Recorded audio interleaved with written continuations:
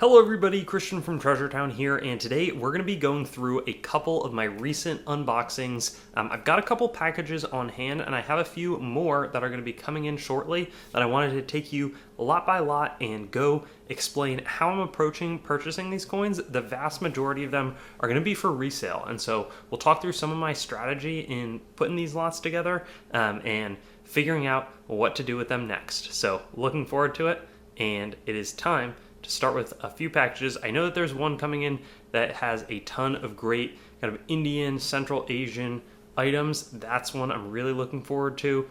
We've got a couple with some ancient coins, a couple with medieval, and so it should be a fun hunt.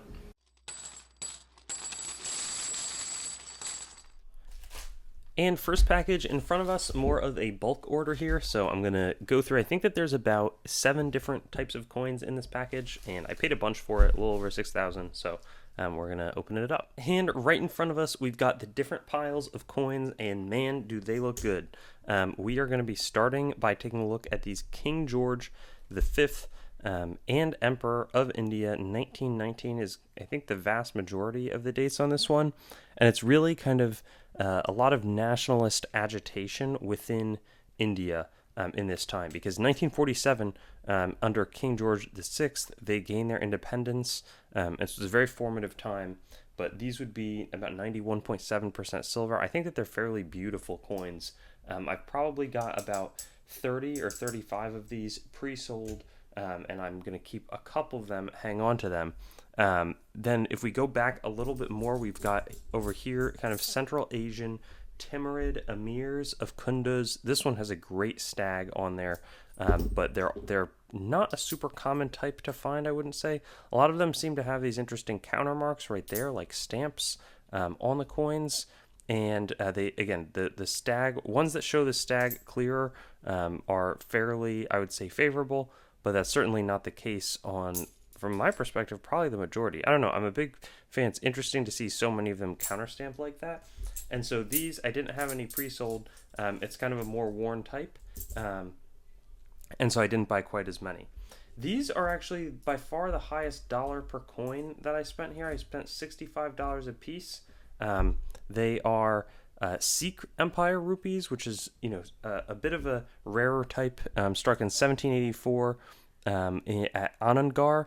And so it's basically in the Punjab region, and the confederacies under the Sikhs gaining strength at this point, but it's not kind of, I think it's somehow predating some of their official rule, and so from that perspective, it's actually fairly uncommon. So, kind of cool opportunity to be able to purchase those. But again, I think 20 of those are already sold, so vast majority is not going to be with me. Here we have the Rajas of Balochi, or basically striking coins in the name of Akbar. These would have been struck around the 17th and 18th, 1600s, 1700s. Akbar reigns 1558 to 1605, I want to say. And so these are really charming. They're fairly chunky silver Mahmudis, approximately half of a rupee in each of them, though in some instances, it's like a slightly different than that standard, but big pile. I just love them. They're so chunky. And again, these, I think vast majority of those are sold already. The next one that we have is the Mahmud of Ghazni, these Ghaznavid dirhams. They have very clear Islamic script, as well as a good bit generally of additional identifying information. The Ghaznavids were kind of Turkic soldier origins, and they end up ruling kind of Khorasan, Afghanistan, northern India, so a very wide-reaching area of the world. And so they also would often do some large plunder raids into modern-day India.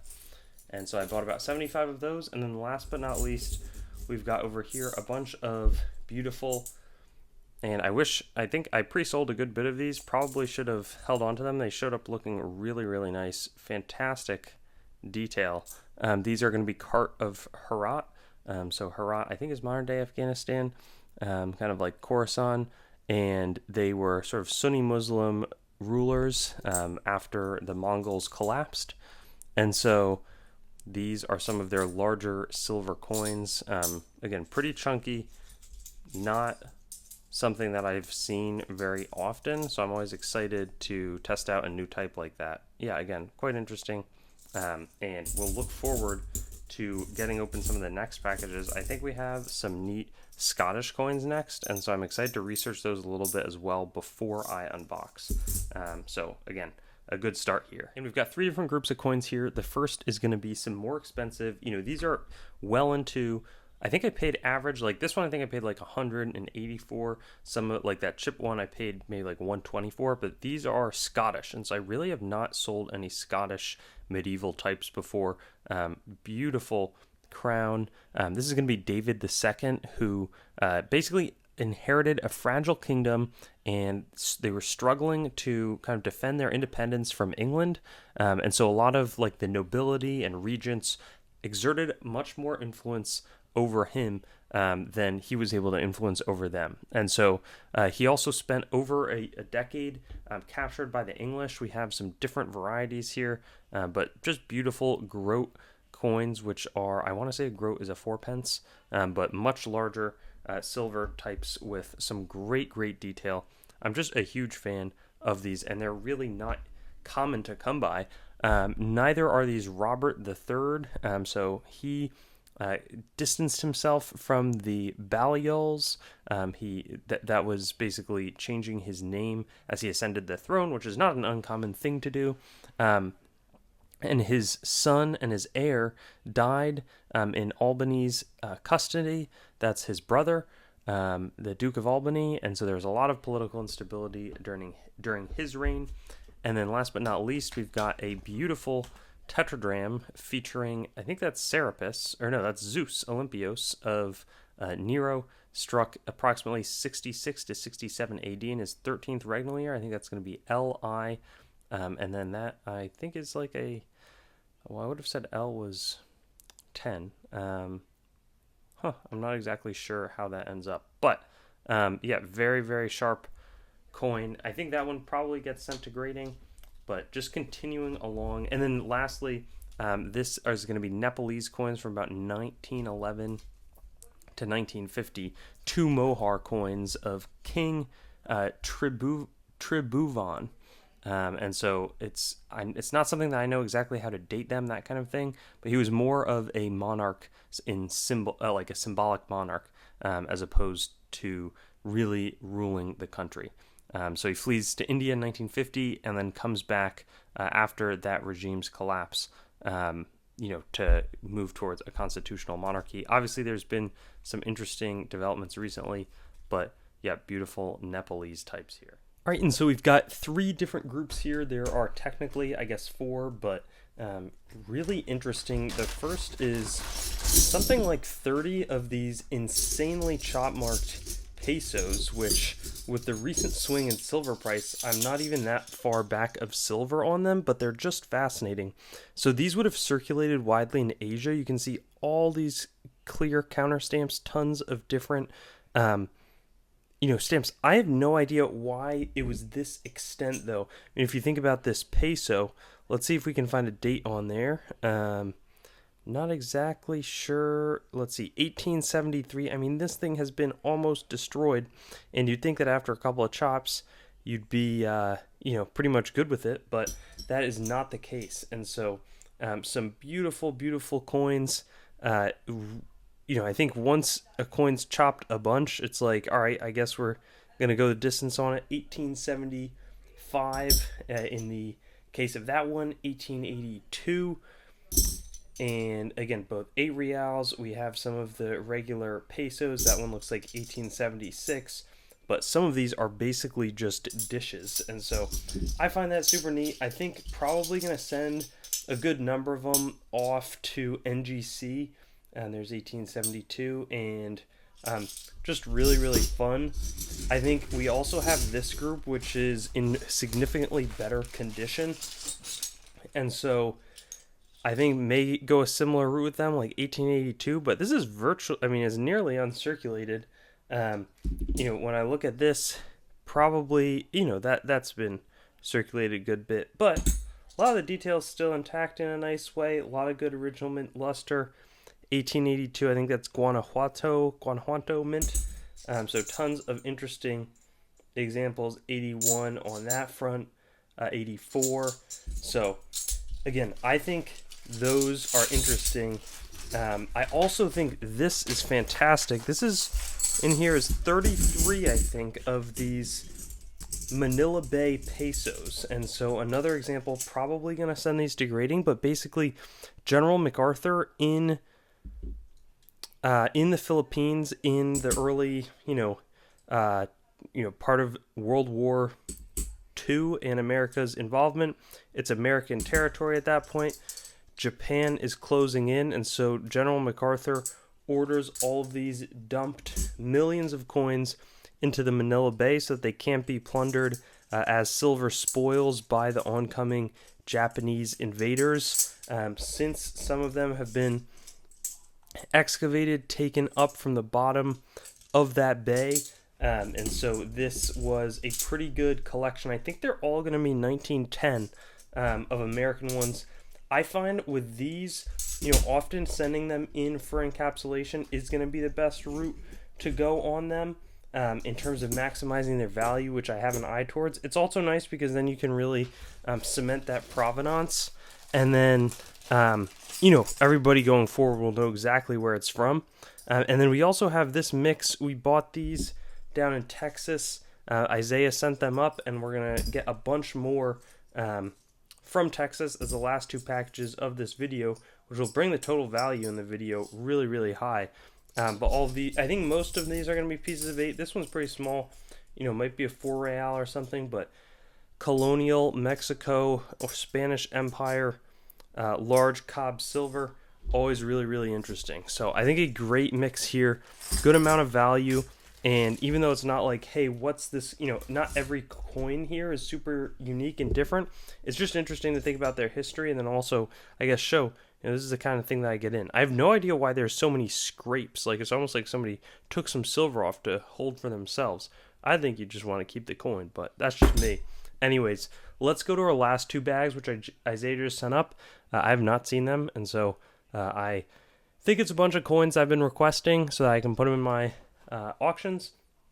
We'll see what we got. Here is going to be package 1, and man, this is an incredible box. I had heard about some of these buys. I'm going to, I guess, just pull from this section to start, and we'll go through. A lot of these are going to be similar types. Say we bought like 10 or 20 of a coin. I might be getting 5 of them. And so we'll start off with these Celtic Denarii. These are silver coins. They have the head of Roma and often a horse on the reverse or a boar. These are going to be, this is going to be, it looks like Adwi. There's a stylized horse. We haven't seen quite as many with the boar design, but very, very interesting, and they basically stopped being produced after Julius Caesar conquers the Celts and the Gauls. We also have some very interesting looking, and we get the mint mark as well. This is going to be the J mint, but different Khusro the second drams. These are Sasanian, ancient Persian drams that would have been struck kind of in the downfall of their empire. They end up losing out to Muhammad's ultimate kind of Islamic forces, basically, as that religion spreads across. On the back of these, we have Zoroastrian fire altars with the Zoroastrian fire altar attendants on either side. We also get, these are interesting, Menander the First. They have a club on the one side and an elephant, though the elephant is a little bit worn down on a lot of these examples. 2nd century BC bronzes. So again, short and small little coins. You can see the head of the elephant pretty well, but they're pretty special. I mean, this is going to be like Bactrian, kind of Central Asian bronze, clearly identifiable. What is this? I've got no idea. Interesting. Nuremberg. Oh, there's a very clear head facing right. I did not expect some of these coins. Super, super neat. We're getting some medieval. There's some Sicilian stuff mixed in with a couple more. And then we have also some of the Apollodotus coins. Beautiful, beautiful shape. Quite interesting. Apollodotus is a later Bactrian ruler. It looks like we're going to get a good bit more of those. Not good bit, maybe like 5 more of them. Super interesting. And then we get some of the Chinese antnose money, which I think dates all the way back to the Zhou dynasty. And you can see, you know, it almost looks like, I think it's a nose. I forget why they call it an ant. It might be on the other side, but this is Chinese proto money dating way back more towards the 255 BC era, but just a incredible amount of time back. These are Herat Afghani coins, and large coins at that, 12 dirhams. So really cool to see, you know, that stretches a while. And they're fairly substantial silver coins. Then we also have some of the Taxila. This is like modern day Pakistan, but kind of ancient Indian dynasty Skyphate cup-shaped coins, the 1/8 Sadaman. I love the bent bars that also would have derived from the same issuing entities. Looks like there's some coins that got swept below. Looks like those are maybe a couple more of the Quinari, but man, that's a great lineup. Looks like some more Quinari over here. Then we are going to get into, let's see. Well, we have a couple of nice Notgeld. Those are 10 Pfennigs. Very nice shape. Very cool. Ooh, interesting. That one looks... And they're actually not Notgeld. They're Notgeld. Emergency money. I have a German relative who corrected me when they heard me saying. There's from Duren. I think that... Does that have a soldier? Yeah, it has an interesting soldier on the other side. Emergency money during World War I. We have some interesting French medals. These are bronze, but very Beaux-Arts, like kind of late 1800s, early 1900s French artistic style. Fairly beautiful. These are going to be Rolakand Indian rupees in the name of Shah Alam II. And these would have been struck around Moradabad.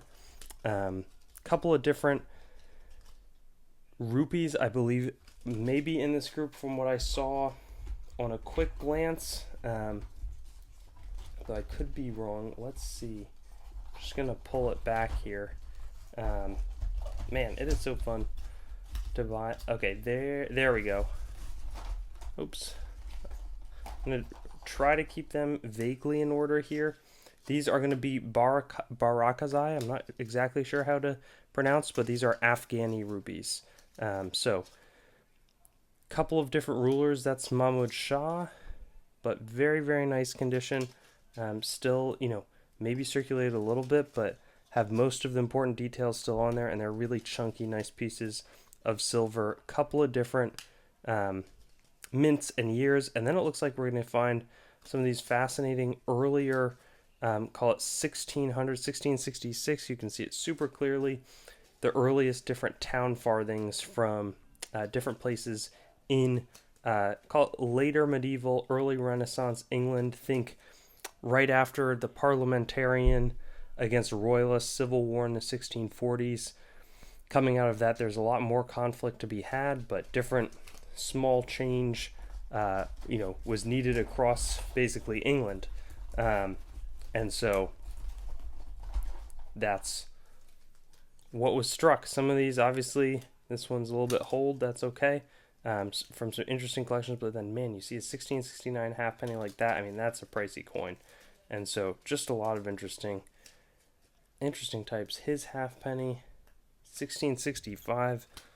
It's like the Jetton, basically. And there are British Jettons, but the Jettons, that one looks like East India Company do it, but is distinctly different type. Man, that'll be really fun to be able to sell some of these. Whoa, and then awesome. Another nice mix of the Notgeld over time here. Those will be fun. Again, and I need to get that Notgeld. Got that phone call from a relative. I was like, man, I got to make sure I'm pronouncing everything right here. Can't be, you know, I have good ancestry and need to respect them a little more. But anyways, here are some Hungarian, interesting, from a prisoner of war camp. Wow. 50 filler, 20, 10, 2, 1. I assume that's going to be Austro-Hungarian World War I. Man, really interesting. We got, and now this is going to be a long video, but we got one more package like it, and then we're going to call this an end. And at that point, I think it'll be almost like, you know, a long time coming. We've unboxed a ton of coins over this video. And this is truly a crazy, not what I would have thought was so heavy in the package. I think certainly a contributor is going to be this significant mix of Russian 5 kopeck coins. So definitely a bunch of these. Elizabeth Petrovna is going to make an appearance, who's the earlier ruler. And then most of these other ones are going to be Catherine the Great from the 1763 or so time, 1796 when she's going to strike those.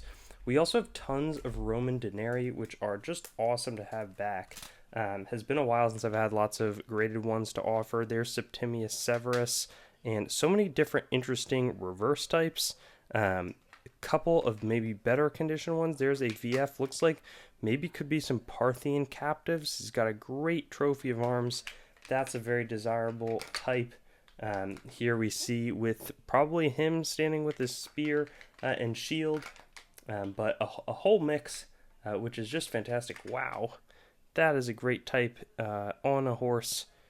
Beautiful. So I think a good start, but it seems like there's a variety of emperors. Severus Alexander way jumps ahead to the end of the Severan dynasty. Couple and in nice relief as well. So a couple of Denarii of Severus. That one's in better shape. Annona, let's see, looks like that's going to be Salus, Pax. So again, big fan of the different reverse types. We've also got some of the crazier rulers, Elagabalus being one of them. Interesting cap that he's wearing there. Seems like we got a full slate, 5 of his coins. Man, I'm a fan. Let's see what else. This one is going to be a Commodus with some scratches. That's funny. Issued as Caesar.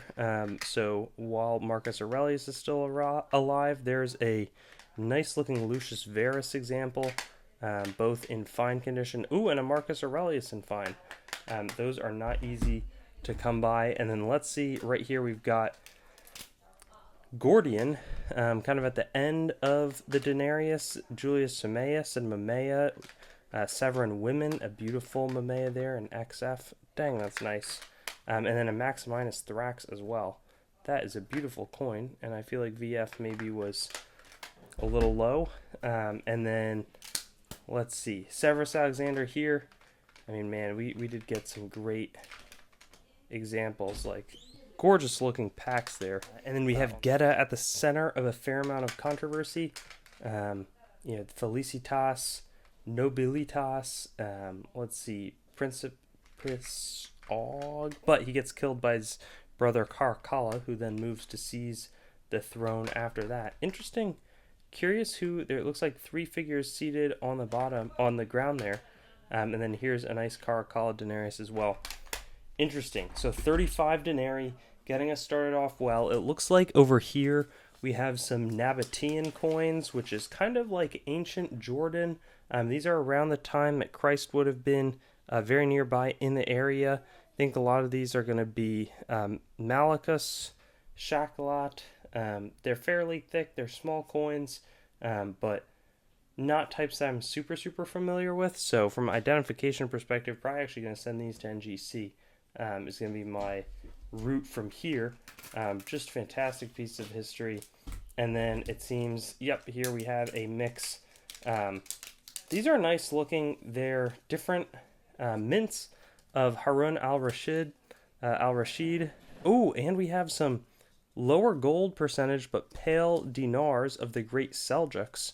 Those are going to be kind of Ottoman, or not Ottoman, but Turkic peoples with just fantastic and very detailed inscriptions. 1100s. Here are, okay, interesting. We even get a Durham of the Ottomans, some Bayezid Aksha, Jodhpur. Wow, we have an Almohad Square Durham. This is a nice mix of coins. A beautiful Artikids of Kaifa and Amid, with a great double eagle portrait. There we have a Pratabarg rupee. Have never seen this. Wow, struck 1864 to 1890. Artikids. Ooh, is this a nice pictorial? Yeah, wow. Take a look at how nice that face is. An Iabid Zahir Ghazi Octagram type. This is a larger one, very large example of Hussam al-Din Uluk Arslan. Wow. Great mix here. Mamluk and a beautiful Umayyad Durham. Man, that's a much better handful. I thought that was mostly going to be the Harun al-Rashid, which I think this stack will be. I know that we'd recently bought a bunch, and Isaiah had gotten some ready. There it seems like a more predictable. And it's nice how many of them still have the Hijri calendar year so that you can tell kind of the specific date that this is coming from. Wow, that's fantastic. That's really, really cool. Madina al-Salam. And try to get everybody as much info on their coins as possible. But that was a really cool stack that I was not expecting. Last but not least, we've got a bunch of sports medals. Let's see. Starting off, 1964 Olympic Tokyo. Ooh, it's minted. It's all silver, so that's actually a good amount. I mean, this is going to be well over an ounce of silver in here. Tokyo 1964 Olympic medal. Dang. Quite a good, it's crazy how high silver is, just in terms of even like, okay, what are all these coins that I've been used to buying and selling, and like to factor in their silver price, all of a sudden things kind of getting out of hand for an old dealer at this point like me. Fun to have really transitioned to that dealing side, I would say, firmly, probably over the last couple of months, though. It's been a long time coming. A little bit of a silver down there. This is going to be bronze. What else do we have, though? I'm hoping for a bunch. This is a pretty substantial metal. I'm not sure if this is going to be bronze or silver. I'm a little pessimistic for some reason, but honestly, no, it does kind of look, it has a similar, no, there's this silver stamp, 1,000, it's all silver. Ton of value in that one, which is just awesome. We've got this one I also want to check out, is going to be, looks like a Polish type. If there's a marking, I'd be thrilled. I'm not seeing anything on that side. I can't tell, because there can be some very elegantly struck and made coins that end up being kind of bronzed and silvered on the outside. Like this one, I'd be shocked if it wasn't silver. Japanese type there. Yeah, it's going to be 925 sterling. Nice, also Olympic themed metal. These, though, are insane. Look how large these are. I'm like, it looks like a Roman medallion, but it's actually a Polish medal. I think after their Olympics. When did they hold them? Here we see it's a Polish stylized, I don't even know when, I want to say Warsaw was like 1976, but it seems like this was a sports themed collector. Oh, actually, maybe this will give us more clues. Oh no, that's Lake Placid. Interesting, but potentially Polish themed. I know the Polish Mint made a lot of different metals. This one's really light. Oh, it's like a, oh, what even is that? A little bit cracked on that side. Donald Young. Advertising articles of utility in London. Huh. Interesting. No idea what I'm looking at there. I may end up selling these way too cheap on Whatnot, or maybe I'll find some that seem to be standouts. This one is going to be Émulation Nautique Bolognaise, French rowing medal. See, I want to look that up a little bit more to figure out, is this some kind of, because the engraving style makes it look significantly older. Here's a 1922, some kind of games. There's a 1927 German type. I mean, again, we have one of these larger pentathlon medals. MCML of 1980 in Lake Placid, though with a lot of ancient themes. Here's going to be a Polish 1968 themed. I would say that's a medal, maybe with the presentation intact. Man, though, this is something else. Here we have a 1949 silvered bronze France Art Deco Figaro. Here we have another nice Olympic style plaque. This one looks really interesting.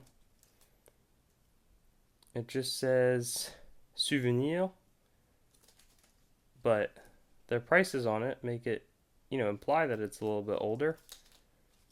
There we see Royal Savings Society Award of Merit, Donald Young. Let's see, some kind of interesting 100-yard dash, not sure when that would have been. This one's Cone 1912, perhaps an earlier metal. What does that say? Let's see. Jeunesse et sport. Very French. And man, this is. Oh, we found it old. That one looks old.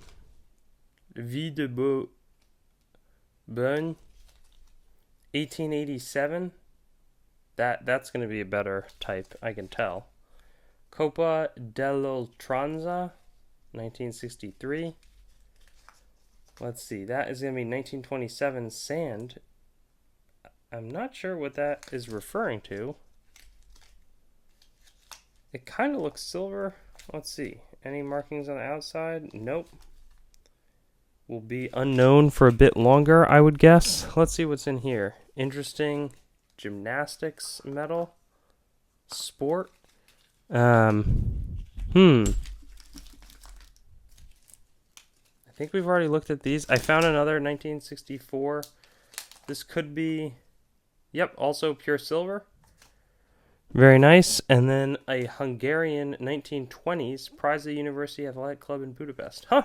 So fantastic mix of metals to close out what has been an awesome second box and an insane lineup of openings. It is truly time for me to get to selling. It's been really fun to open this. It's probably going to be some behemoth of a video. But man, can't emphasize enough how fun it is to just go through lots like this. Thanks for watching the video. Make sure to head on over to treasuretown.com and sign up for our email list to stay up to date on everything that's happening, whether it's auction updates, exciting new inventory drops, coin collecting news, or general informational resources. Hope you enjoyed the video, and I'll see you on another one.